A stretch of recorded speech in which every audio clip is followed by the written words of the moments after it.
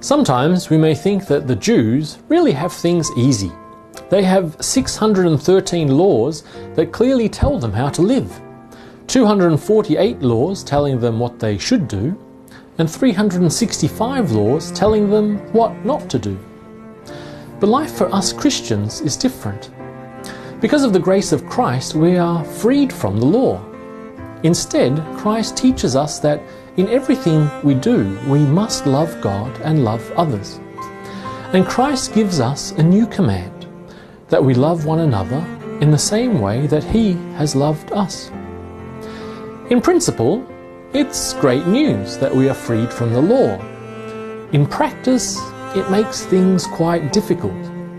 That's because now in everything we do, Christ wants us to stop, think, and make a decision that maximizes love. On the one hand, that's difficult because it means we have to think about all our actions and constantly evaluate and re-evaluate what's best. On the other hand, that's also hard because even when we know what the right decision will be, we often prefer not to do it. We often prefer to work against love and to maximize our own benefits rather than build up others. But in 1 Corinthians chapter 10, Paul reminds us of this special Christian calling and responsibility. Yes, as Christians, all things are lawful to us, but that doesn't mean all things are good for us.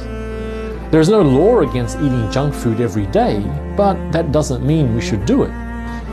In the same way, there are many actions and experiences that destroy our lives and leave us worse off than before.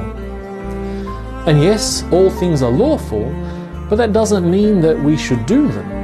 It's not illegal to irritate your co-workers and say nasty things about them.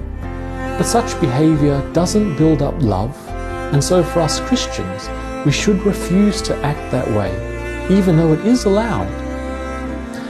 As Paul reminds us, Christ's expectation of us is that we will serve love in everything we do.